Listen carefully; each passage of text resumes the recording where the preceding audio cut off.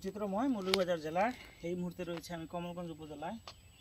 শুধু একটি রাস্তা, এটা হচ্ছে পদ্মচূড়া চা বাগানে, খুবই সুন্দর দৃষ্টিনন্দন। আপনি যখন মাধবপুর লেকে যাবেন তার বিপরীত পাশে রাস্তা, আর এখানে পদ্মচূড়া লেক রয়েছে।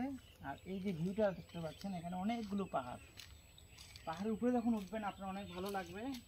আর ভালো লাগার যে বিষয়টা রয়েছে সবসময় আমাদের কাছে ভালো লাগে। আর পিছনের ভিউটা সত্যি অসাধারণ মুহূর্ত।